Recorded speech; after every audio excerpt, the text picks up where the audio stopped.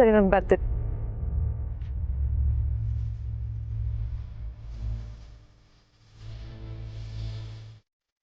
ಗಿರಿ, horror story crime thriller ಆಗುತ್ತೆ ಅಂತ ಅನ್ಕೊಂಡಿದ್ದೆ, ಅದು ಆಗ್ಲಿಲ್ಲ. ಅಲ್ಲ, ಅವ್ರ ಯಜಮಾನ್ರು ಒಳಗಡೆ ಇದ್ದಾರೆ ಅಂತ ಇವನು ಹೇಳ್ತಾ ಇದ್ದಾನೆ. ಇಲ್ಲಿ ಬೇರೆ ಏನೋ ನಡೀತಾ ಇದೆ, ಅದೇನು ಅಂತ ತಿಳ್ಕೋಬೇಕು. ನಡಿ ನಡಿ ನಡಿ. Hello hello, excuse me. Sir brown shirt ಒಂದು ನಿಮಿಷ. ನೋಡಿ, ನಾನೊಂದು ಪ್ರಶ್ನೆ ನೇರವಾಗಿ ಕೇಳ್ತೀನಿ, ನೀವು ಅದಕ್ಕೆ ಸತ್ಯನೇ ಹೇಳಬೇಕು. ಸತ್ಯನಾ? ಏನು ಹೇಳ್ತಿದ್ದೀರಾ? ಯಾರು ನೀವು? ನಾವ್ಯಾರು ಅಂತ ನಿಮಗೆ ಗೊತ್ತಿಲ್ಲ, ಆದ್ರೆ ನೀವ್ಯಾರು ಅಂತ ನಮಗೆ ಗೊತ್ತಾಗ್ಬೇಕು. ಅಂದ್ರೆ ಸುನೀತಾಗೂ ನಿಮ್ಗೂ ಏನ್ ಸಂಬಂಧ?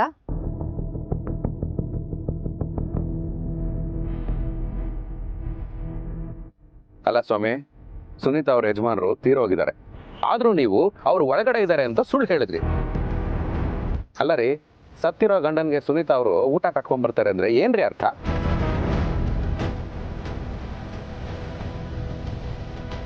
ನೀವ್ ಹೀಗ್ ಬೆವರ್ತಾ ಇರೋದ್ ನೋಡಿದ್ರೆ ನೀವೇನೋ ತಪ್ಪು ಮಾಡಿದೀರಾ ಅಂತ ಅರ್ಥ. ಮೇಡಮ್, ಬೇಸಿಗೆ ಅಲ್ವಾ, ಬೆವರದ್ ಸಹಜ ಮೇಡಮ್. ನಾನು ಬೆವರ್ತಿರೋದು ನೋಡಿ ನನ್ನ ಜಡ್ಜ್ ಮಾಡಬೇಡಿ, ಸ್ವಲ್ಪ ಮೆಲ್ಲಗೆ ಮಾತಾಡಿ ಪ್ಲೀಸ್. ಮೆಲ್ಲಗೆ ಮಾತಾಡ್ಬೇಕಾ? ನೋಡ್ದಾಗಿರಿ, ಮೆಲ್ಲಗೆ ಜಾರ್ಕೊಳ್ತಾ ಇರೋದು. ರೀ ಸ್ವಾಮಿ, ಸುನೀತಾ ನಮಗ್ ಗೊತ್ತಿರೋ ಹೆಣ್ಣುಮಗಳು, ಏನ್ ನಡೀತಾ ಇದೆ ದಯವಿಟ್ಟು ಹೇಳಿ. ಹೇಳ್ತೀನಿ ಸರ್, ಹೇಳ್ತೀನಿ. ಸುನೀತಾ ಅವ್ರ ಗಂಡ ತೀರ್ಕೊಂಡಿರೋದು ನಿಜ. ನಾನು ಅವರು ಮೀಟಿಂಗಲ್ಲಿದ್ದಾರೆ ಅಂತ ಹೇಳಿದ್ದು ನಿಜ. ಆದರೆ ಇದರಲ್ಲಿ ನನ್ನ ಸ್ವಾರ್ಥ ಏನೂ ಇಲ್ಲ ಸರ್. ಇದೆಲ್ಲ ನಾನು ಸುನೀತಾ ಮೇಡಮ್ಗೋಸ್ಕರ ಹೇಳ್ತಿರೋ ಸುಳ್ಳು. ನಿಜ ಅಂತೀರಾ, ಸುಳ್ಳು ಅಂತೀರಾ, ಏನ್ ಹೇಳಕ್ ಹೊರಟಿದ್ದೀರಾ ನೀವು? ಮೇಡಮ್, ಸುನೀತಾ ಅವ್ರ ಹಸ್ಬೆಂಡು ನನಗೂ ಫ್ರೆಂಡ್ ಆಗಿದ್ರು. ಅವ್ರು ತೀರ್ಕೊಂಡ್ಮೇಲೆ ಸುನೀತಾ ಮೇಡಮ್ ಅವ್ರಿಗೆ ಆ ಶಾಕ್ನ ರಿಸೀವ್ ಮಾಡ್ಕೊಳಕ್ಕಾಗ್ಲಿಲ್ಲ.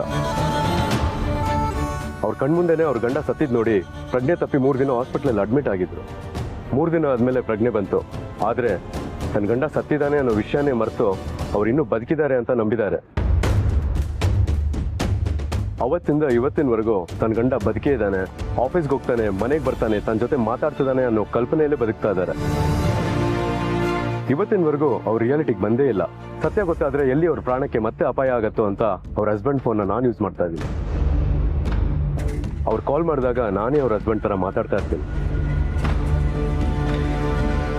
ನೋಡಕ್ ಸ್ವಲ್ಪ ವಿಚಿತ್ರ ಅನ್ಸ್ಬೋದು, ಆದ್ರೆ ಸುನೀತಾ ಅವ್ರಿಗೆ ನೋವಾದ್ರೆ ಅದನ್ನ ತಡ್ಕೊಳ್ಳೋ ಶಕ್ತಿ ನನಗಿಲ್ಲ.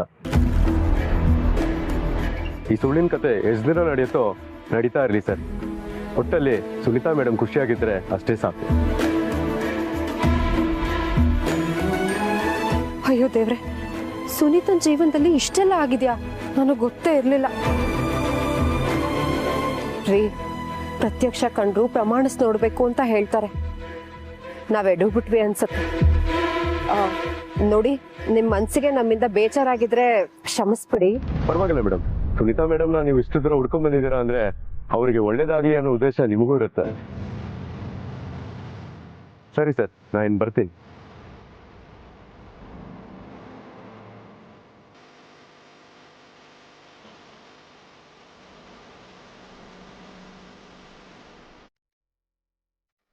ಇದ್ರಲ್ಲಿ ನಾನು ಸಹಾಯ ಮಾಡೋದೇನಿದೆ ಶಿವಪ್ರಸಾದ್? ನಾನು ನಿನಗೆ ಮೊದಲೇ ಹೇಳಿದ್ದೆ ತಾನೆ, ಸಮಸ್ಯೆ ಹಿಂದೆ ಇನ್ನೊಂದು ದೊಡ್ಡ ಸಮಸ್ಯೆ ಬರುತ್ತೆ ಅಂತ. ನೀನ್ ಸಿದ್ಧನಾಗಿರ್ಬೇಕಲ್ವಾ? ಏನ್ ಸಿದ್ಧ ಆಗೋದು ಭಗವಂತ? ನಾವೇನೋ ಭೂತ ಪಿಶಾಚಿ ಅಂತ ಏನೇನೋ ಅನ್ಕೊಂಡಿದ್ವಿ, ಆದ್ರೆ ಇವತ್ತಾನೇ ಗೊತ್ತಾಗಿದ್ದು ಇದು ಮಾನಸಿಕ ರೋಗ ಅಂತ. ಈಗ ನಾನು ಏನ್ ಮಾಡ್ಲಿ? ಮಾನಸಿಕ ಸಮಸ್ಯೆಯನ್ನ ಎದುರಿಸಿದ್ದ ಶಿವಪ್ರಸಾದ್ಗೆ ಮಾನಸಿಕ ಸಮಸ್ಯೆಯನ್ನ ಎದುರಿಸೋ ಸಾಮರ್ಥ್ಯ ಇಲ್ವೇ? ಡೈಲಾಗು ಚೆನ್ನಾಗಿದೆ. ನಾವು ಹೇಳಿದ ಪ್ರಾಬ್ಲಮ್ಗೆ ಗಂಟೆ ಹೊಡಿತಿದ್ರು, ಡೈಲಾಗ್ ಅಂತೂ ಚೆನ್ನಾಗಿ ಹೊಡಿತ್ಯಾ. ಸುನೀತಾ ಅವ್ರ ಪ್ರಾಬ್ಲಮ್ ಹೇಗೆ ಸಾಲ್ವ್ ಮಾಡು ಹೇಳು ಅಂದ್ರೆ ಅದೇ ಮತ್ತೆ. ಮಾನಸಿಕ ರೋಗ ಅಂತ ನೀನೇ ಹೇಳಿದ್ಯಲ್ಲ ಶಿವಪ್ರಸಾದ್. ರೋಗ ಬಂದ್ರೆ ಏನ್ ಮಾಡ್ಬೇಕು? ಡಾಕ್ಟರ್ ಹತ್ರ ಹೋಗ್ಬೇಕು. ಮತ್ ಹೋಗ್ಬೋದಲ್ವಾ? ಯಾಕೆ ಈ ಪ್ರಶ್ನೆ? ಹೋಗ್ಬೋದು. ಈ ಕಳ್ಳನ ಹತ್ರ ಹೋಗ್ಬಿಟ್ಟು ನೀನು ಕಳ್ಳ ಅಂತ ಹೇಳಿ ಬಚಾವಾಗ್ಬೋದು. ಆದ್ರೆ ಮಾನಸಿಕ ರೋಗಿ ಹತ್ರ ಹೋಗಿ ನಿಮ್ಗೆ ಮಾನಸಿಕ ರೋಗ ಇದೆ ಅಂತ ಹೇಳಿದಾಗ ಅವ್ರು ಸುಮ್ಮನೆ ಬಿಡ್ತಾರಾ? ಏನಾದ್ರು ಹೆಚ್ಚು ಕಮ್ಮಿ ಮಾಡ್ಬಿಟ್ರೆ? ಸರಿ, ಈಗೇನ್ ಮಾಡ್ಬೇಕು ಅಂತಿದೀಯ? ಭಗವಂತ ಒಂದು ಹೇಳ. ಪ್ರಶ್ನೆ ಕೇಳೋದು ತುಂಬಾ ಸುಲಭ, ಆದ್ರೆ ಉತ್ತರ ಕೊಡೋದೇ ಕಷ್ಟ. ಏನ್ ಮಾಡ್ಬೇಕು ಅಂತ ಗೊತ್ತಾಗದೆ ತಾನೆ ನಿನ್ನನ್ನು ಕೇಳ್ತಾ ಇರೋದು. ಶಿವಪ್ರಸಾದ್, ದೇಹಕ್ಕೆ ಆದ ಗಾಯಕ್ಕೆ ಮುಲಾಮುಗಳು ಚಿಕಿತ್ಸೆಗಳು ಹೇರಳವಾಗಿ ಸಿಗುತ್ತೆ. ಆದ್ರೆ ಮನಸ್ಸಿಗಾದ ಗಾಯಕ್ಕೆ ಚಿಕಿತ್ಸೆಗಳು ಸಾಂತ್ವನಗಳು ಸಿಗೋದು ವಿರಳ. ದೇಹದ ಗಾಯ ಕಣ್ಣಿದ್ದವರಿಗೆಲ್ಲ ಕಾಣುತ್ತೆ, ಆದ್ರೆ ಮನಸ್ಸಿನ ಗಾಯ ಒಳಗಣ್ಣಿದ್ದವರಿಗೆ ಮಾತ್ರ ಕಾಣೋದಿಕ್ ಸಾಧ್ಯ. ಕೆಲವೊಂದ್ಸಲ ಈ ಗಾಯಗಳು ಕಂಡ್ರೂ ಕೂಡ ಜೊತೆಗೆ ನಿಂತು ಪರಿಹಾರ ಕೊಡಕ್ಕಾಗದೆ ಆ ಗಾಯಗಳು ವಾಸಿಯಾಗದೆ ಎಷ್ಟೋ ಜೀವಗಳನ್ನ ಬಲಿ ಪಡೆದುಕೊಂಡಿದ್ದಾವೆ. ಬಲಿ ಪಡೆದುಕೊಂಡಿದ್ದಾವೆ ಅಂತ ಯಾಕೆ ಹೇಳ್ತೀಯಾ? ಬಲಿ ಪಡೆದುಕೊಂಡಿದ್ದೀನಿ ಅಂತ ಹೇಳು. ಯಾಕೆಂದ್ರೆ ಎಲ್ಲ ನಿಂದೆ ತಾನೇ ಸೃಷ್ಟಿ. ಯಾಕೆ ಭಗವಂತ ಈ ತರ ನೋವುಗಳು ಕೊಡ್ತೀಯಾ? ಕೊರೆದ ಗಾಯಕ್ಕೆ ಸಾಂತ್ವನ ಇದೆ, ಆದ್ರೆ ಕರೆದು ಮಾಡಿಕೊಂಡ ಗಾಯಕ್ಕೆ ಸಾಂತ್ವನ ಸಾಲದು. ಅದಕ್ಕೆ ಚಿಕಿತ್ಸೆಯ ಅವಶ್ಯಕತೆ ಇದೆ. ಅಂದ್ರೆ ಈ ಮಾನಸಿಕ ಕಾಯಿಲೆ ಅನ್ನೋದು ನಾವಾಗೆ ಕೆರ್ಕೊಂಡ್ ಮಾಡ್ಕೊಂಡಿರೋ ಗಾಯ ಅಂತ್ಯಾ? ಹೆಚ್ಚಿನ ಸಂದರ್ಭದಲ್ಲಿ ಹೌದು. ಈ ಅಹಂಕಾರ, ವ್ಯಾಮೋಹ, ಸ್ವಾರ್ಥ ಇದೆಲ್ಲವೂ ಕೂಡ ಮಾನಸಿಕ ವ್ಯಾಧಿ. ಅದೇಗೆ? ಯಾವ ಮಾನಸಿಕ ಭಾವನೆಯಿಂದ ಮನುಷ್ಯ ವ್ಯಾಧಿಯನ್ನ ಅನುಭವಿಸುತ್ತಾನೋ ಅದೆಲ್ಲವೂ ಕೂಡ ಮಾನಸಿಕ ವ್ಯಾಧಿಯೇ ಅಲ್ಲವೇ? ಇದಕ್ಕೆ ಸುಲಭವಾದ ಪರಿಹಾರವಿದೆ. ಒಂದು, ತಿದ್ದಿ ಬುದ್ಧಿ ಹೇಳಿದಾಗ ಗುಣವಾಗುತ್ತದೆ. ಇನ್ನೊಂದು, ಎಡವಿದಾಗ ಅರಿವು ತಾನಾಗೇ ಮೂಡಿ ವ್ಯಾಧಿ ಗುಣವಾಗುತ್ತದೆ. ಆದರೆ ಕೆಲವೊಂದು ವ್ಯಾಧಿಗಳು ಪ್ರೀತಿಯಿಂದ, ಸ್ನೇಹದಿಂದ, ಸಾಂತ್ವನದಿಂದ, ಒಂಟಿತನವನ್ನು ನಿವಾರಣೆ ಮಾಡುವುದರಿಂದ ಬಗೆಹರಿಯುತ್ತದೆ.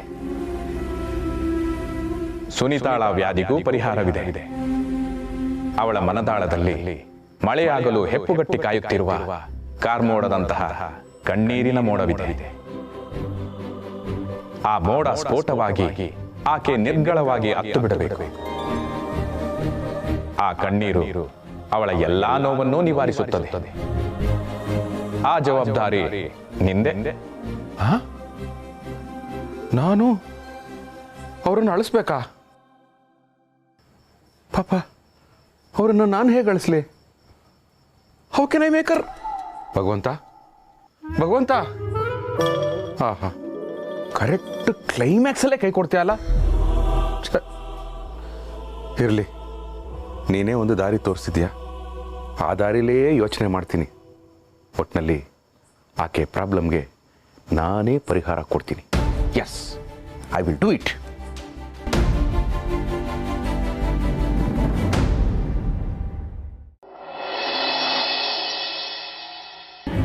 ಅಲ್ಲಯ್ಯ, ಆ ಹೆಣ್ಣನ್ನು ಸರಿ ಮಾಡ್ತೀನಿ ಅಂತ ನೀವು ಪಣ ತೊಟ್ಟಿದ್ದೀರ.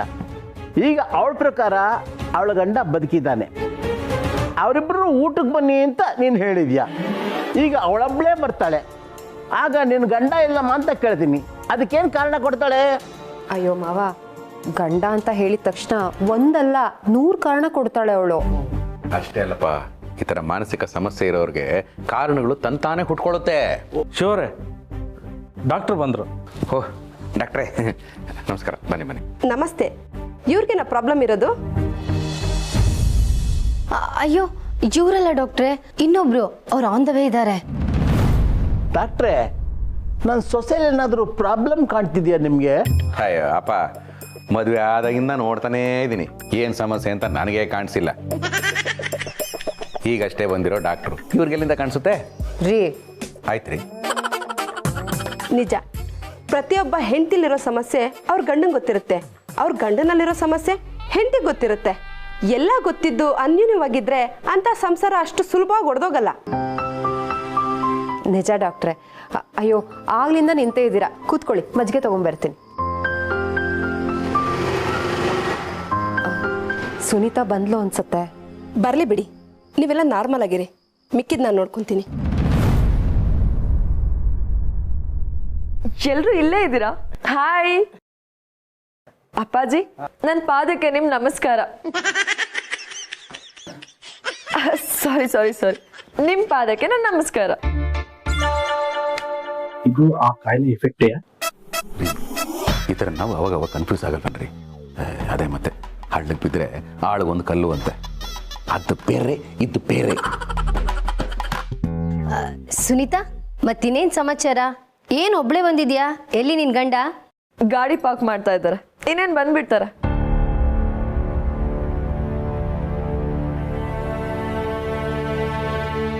ಅಂದಹಾಗೆ ಇವರು ಇವರು ಡಾಕ್ಟರ್ ಅನಿತಾ. ಡಾಕ್ಟ್ರು ಅಂದರೆ ಈ ಡಾಕ್ಟ್ರ್ ಅಲ್ಲ, PhD ಡಾಕ್ಟ್ರು, ರೀಸೆಂಟಾಗಿ ತಗೊಂಡ್ರು. ಹೌದೌದು, ಆ ಕಾರ್ಯಕ್ರಮಕ್ಕೆ ನಾನು ಹೋಗಿದ್ದೆ. Wow, congrats Anita. Thank you. ನಿಮ್ಮ ಬಗ್ಗೆ ಅವರೆಲ್ಲ ಹೇಳ್ತಾ ಇದ್ರು. ನಿಮ್ಮನ್ನು ನೋಡಿ ಬಹಳ ಖುಷಿ ಆಯಿತು. ಬನ್ನಿ ಕೂತ್ಕೊಳ್ಳಿ. Thank you. ಅಂದಹಾಗೆ ನಿಮ್ಮ ಯಜಮಾನ್ರು ಏನು ಮಾಡ್ಕೊಂಡಿದ್ದಾರೆ? ಅವರು businessman. So far so good ಅನ್ನೋ ಹಾಗೆ ಎಲ್ಲ ಚೆನ್ನಾಗಿ ನಡೀತಿದೆ. ಚೆನ್ನಾಗಿದ್ದೀವಿ. ಗಂಡ ಹೆಂಡತಿ ತುಂಬಾ ಅನ್ಯೂನ್ಯವಾಗಿದ್ದೀರಾ ಅಂತ ಗೌರಿ ಹೇಳ್ತಾ ಇದ್ಲು. ನನಗೂ ಟಿಪ್ಸ್ ಕೊಡ್ತೀರಾ? ಏನಿಲ್ಲ, ಒಳ್ಳೆ ಪಾಯಿಂಟ್ಸ್ಗಳನ್ನ ನೋಡಿದಾಗ ನಮ್ಮ ಲೈಫ್ ಪಾರ್ಟ್ನರ್ ಇದ್ರೆ ಹೀಗೆ ಇರಬೇಕು ಅಂತ ಅನ್ಕೋತೀವಲ್ವಾ, ಅದೇ ಥರ ನೆಗೆಟಿವ್ ಪಾಯಿಂಟ್ಸ್ಗಳನ್ನ ಅರ್ಥ ಮಾಡಿಕೊಂಡು ಒಪ್ಕೊಂಡು ಕೆಲವೊಂದನ್ನು ತಿದ್ಕೋಬೇಕು. ಅಷ್ಟಾದರೆ ಸಾಕು. ಆಗ ಎಲ್ಲ ಜೋಡಿಗಳು ಖುಷಿಯಾಗಿರ್ತಾರೆ. Wow, super point Sunitha, super point. ಅಂದಹಾಗೆ ನೀನು ನನ್ನ PhD ಬಗ್ಗೆ ಕೇಳೇ ಇಲ್ಲ. ಓಹ್ ಸಾರಿ, ನಾನು ನಿನಗೆ ನೀನು ತಾನು ಅಂತ ಅಂದ್ಬಿಟ್ಟೆ. ನಿಮ್ಮ ಜೊತೆ ಮಾತಾಡ್ತಾ ನೀವು ನನಗೆ ಕ್ಲೋಸ್ ಫ್ರೆಂಡ್ ಅನ್ನೋ ಫೀಲ್ ಆಯಿತು. ಸಾರಿ, ಡೋಂಟ್ ಮೈಂಡ್. ಅಯ್ಯೋ ಪರವಾಗಿಲ್ಲ, ನಾನು ಹಾಗೇನೆ ಬೇಗ ಕ್ಲೋಸ್ ಆಗಿಬಿಡ್ತೀನಿ.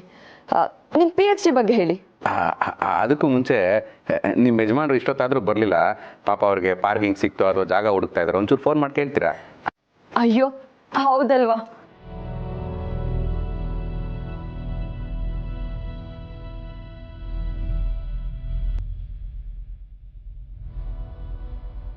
ಚಿನ್ನಿ ಎಲ್ಲಿದ್ಯಾ? ಇಲ್ಲಿ ಎಲ್ರು ನಿನ್ಗೋಸ್ಕರ ಕಾಯ್ತಿದ್ದಾರೆ. ಪಾರ್ಕಿಂಗ್ ಆಯ್ತಾ? ಸರಿ ಸರಿ, ಬೇಗ ಬಾ. ಖಾಲಿ ಕೈಯಲ್ಲಿ ಬರಬಾರ್ದು ಅಂತ ಬೇಕರಿಯಿಂದ ಸ್ವೀಟ್ ತಗೊಂಬರಕ್ ಹೋಗಿದ್ದಾರೆ. ಇನ್ನೇನು ಬಂದ್ಬಿಡ್ತಾರೆ. ಹೌದಾ, ಸರಿ ಸರಿ. ಡಾಕ್ಟ್ರೆ, ನೀವೇನೋ PhD ಬಗ್ಗೆ ಮಾತಾಡ್ತಿದ್ರಲ್ಲ, ಮುಂದುವರಿಸಿ. ಹಾಂ ಸುನೀತಾ, ಇಲ್ಲಿ ನೋಡಿ, ಇದ್ರ ಬಗ್ಗೆನೇ ನಾನು PhD ಮಾಡಿರೋದು. ಇದರಿಂದ ಹಿಪ್ನೋಟೈಸ್ ಮಾಡಬಹುದು. Is it? ವಾವ್, ಅವ್ರಿಗಂತೂ ಇಂಥ ಸಬ್ಜೆಕ್ಟ್ ಮೇಲೆ ತುಂಬಾನೇ ಇಂಟ್ರೆಸ್ಟ್. ಇನ್ನೇನು ಅವ್ರು ಬಂದ್ಬಿಡ್ತಾರಲ್ವಾ, ಅವ್ರ ಮೇಲೆ ಹಿಪ್ನೋಟೈಸ್ ಮಾಡಿ. ಅಯ್ಯೋ, ಅವ್ರು ಸ್ವೀಟ್ ತಗಂತ ಇದ್ರು. ಅವ್ರು ಬಪ್ಪುವರೆಗೂ ನೀವು ಹಿಪ್ನೋಟೈಸ್ ಮಾಡ್ಕಣಿ. ಅವ್ರು ಬಂದ್ಮೇಲೆ ಅವ್ರ ಮೇಲೆ ಹಿಪ್ನೋಟೈಸ್ ಮಾಡುವ. ಹೆಂಗಂತ್ರಿ? ಫೈನ್. ಫೈನ್ ಅಂದ್ರಲ್ಲ ಡಾಕ್ಟ್ರೆ, ಸಾರಿ PhD ಡಾಕ್ಟ್ರೆ, ನೀವು ಶುರು ಹಚ್ಕರಿ. ನೋಡಿ,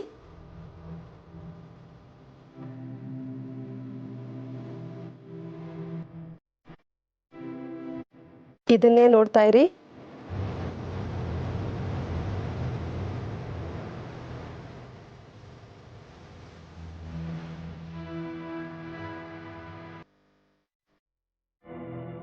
ನಿಧಾನವಾಗಿ ಉಸಿರಾಡಿ.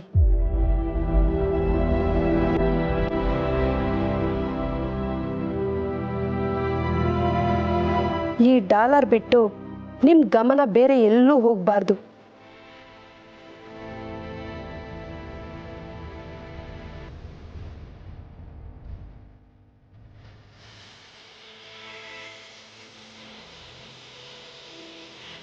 ಹಾಗೆ ನಿಮ್ ಜಗತ್ತೊಳಗೆ ಮುಳುಗೋಗಿ.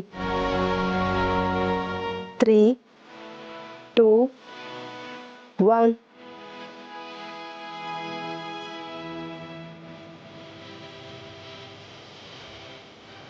ನಿಧಾನಕ್ಕೆ ನಿಮ್ ಬಾಲ್ಯಕ್ಕೆ ಹೋಗಿ. ಅಲ್ಲಿ ಏನ್ ಕಾಣ್ತಾ ಇದೆ?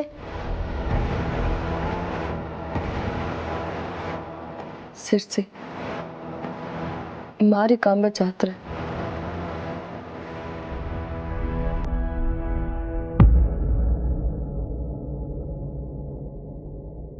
ನಮ್ಮ ಹಳ್ಳಿ, ಬೆಟ್ಟ, ಮಳೆ, ಸ್ಕೂಲ್.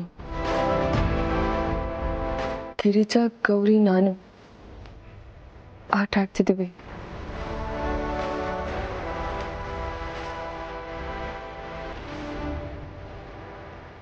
ಹಾಗೆ ನಿಮ್ ಯೌವನಕ್ಕೆ ಬನ್ನಿ. ಮದುವೆ. ಅಜ್ಜಿ ತೀರ್ ಹೋದ್ರು ಅಂತ ಬೇಗ ಮದುವೆ ಮಾಡ್ಕೋಬೇಕಾಯ್ತು.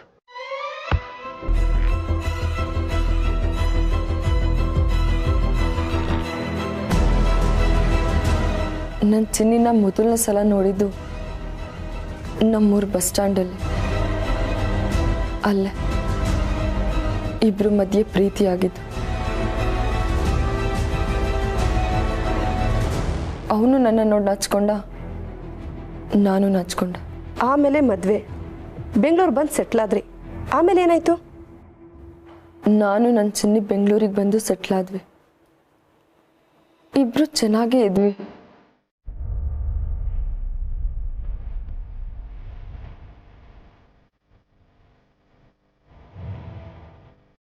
ಆಮೇಲೆ ಆಮೇಲೆ ಆಮೇಲೆ ಆಮೇಲೆ ಏನಾಯ್ತು ಹೇಳಿ. ಆಕ್ಸಿಡೆಂಟ್ ಆಗೋಯ್ತು.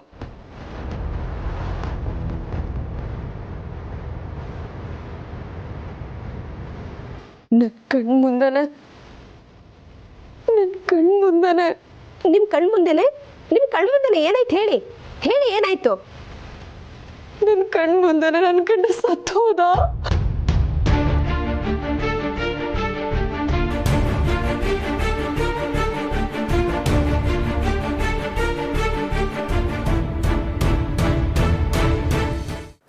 ನನ್ನ ಚಿನ್ನಿ ನನ್ನ ಒಂಟಿ ಮಾಡಿ ಬಿಟ್ಟು ಹೋದ.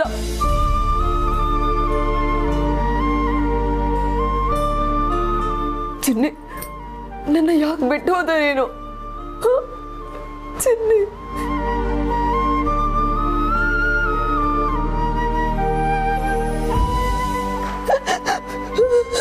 ಚಿನ್ನಿ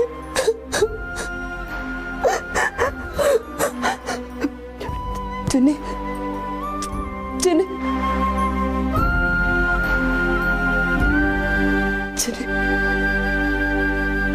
ಚಿನ್ನಿ ಚಿನ್ನಿ ಸುನೀತಾ, ಗಾಬರಿ ಆಗ್ಬೇಡಿ. ಇಷ್ಟು ದಿನ ಅವ್ರ ಗಂಡನ ಸಾವಿನ ಸುದ್ದಿನ ಒಪ್ಕೊಳಕ್ಕಾಗದೆ ಒದ್ದಾಡ್ತಾ ಇದ್ರು. ಅವ್ರ ಗಂಡ ಬದುಕಿದ್ದಾರೆ ಅನ್ನೋ ಭ್ರಮೆಲಿದ್ರು. ಈಗ ಆ ಭ್ರಮೆಯಿಂದ ಹೊರಗೆ ಬಂದು ಶಾಕ್ ಆಗಿದ್ದಾರೆ ಅಷ್ಟೇ.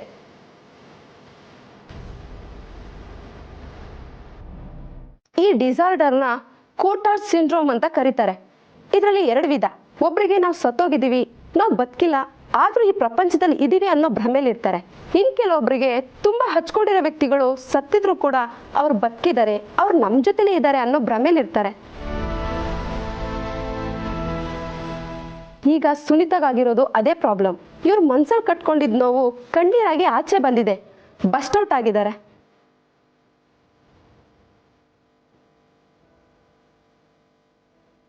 ಸರಿ ಹೋಗ್ತಾರೆ. ಎದ್ಮೇಲೆ ಸಮಾಧಾನ ಮಾಡಿ. ನಾನಿನ್ ಬರ್ತೀನಿ. Please doctor. ಸರ್, ನಾನು ಒಂದು ಹೆಣ್ಣು, ಇದನ್ನು ಕೆಲಸ ಅನ್ಕೊಂಡಿಲ್ಲ, ಒಂದು ಸಹಾಯ ಅಂತ ಅನ್ಕೊಂಡಿದ್ದೀನಿ. ಫೀಸ್ ಎಲ್ಲ ಬೇಡ, ನಾನಿನ್ ಬರ್ತೀನಿ.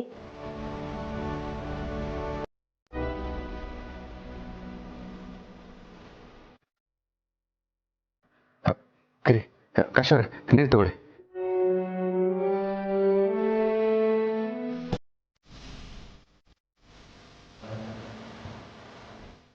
ನೀರು ಕುಡಿರಿ ಸ್ವಲ್ಪ. ಚಿನ್ನಿ ಚಿನ್ನಿ ಚಿನ್ನಿ ಚಿನ್ನಿ ಕರಿ ರೂಮ್ ಕರ್ಕೊಂಡೋಗು. ರೆಸ್ಟ್ ತಗೊಳ್ಳಿ. ಸವಿತಾ, ಬಾ, ಒಳಗಡೆ ಬಾ.